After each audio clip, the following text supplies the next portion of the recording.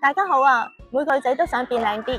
以前嘅我會以為美麗嘅秘訣就係最新出嘅化妝品同埋最勁嘅美顏濾鏡，點知一除咗濾鏡就變翻圓形，個樣睇落冇精神，皮膚又暗啞，唔知點解 P 嚟 P 去都 P 唔出嗰種光芒。終於有一日我明咗，真正嘅變天鵝方法唔係喺化妝袋，而係喺3個你睇唔到嘅地方。第一，水光肌秘訣，唔好齋敷 mask 啦，內服比外敷重要。每日飲夠8杯水，讓啲皮膚由內到外打光。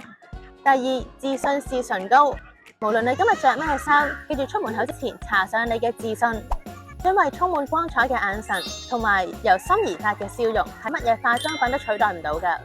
第三，美麗睡眠法，瞓得夠，你嘅身體先夠時間自我修復。當你精神飽滿，嗰種由內而外散發嘅氣場，就好似自帶濾鏡咁。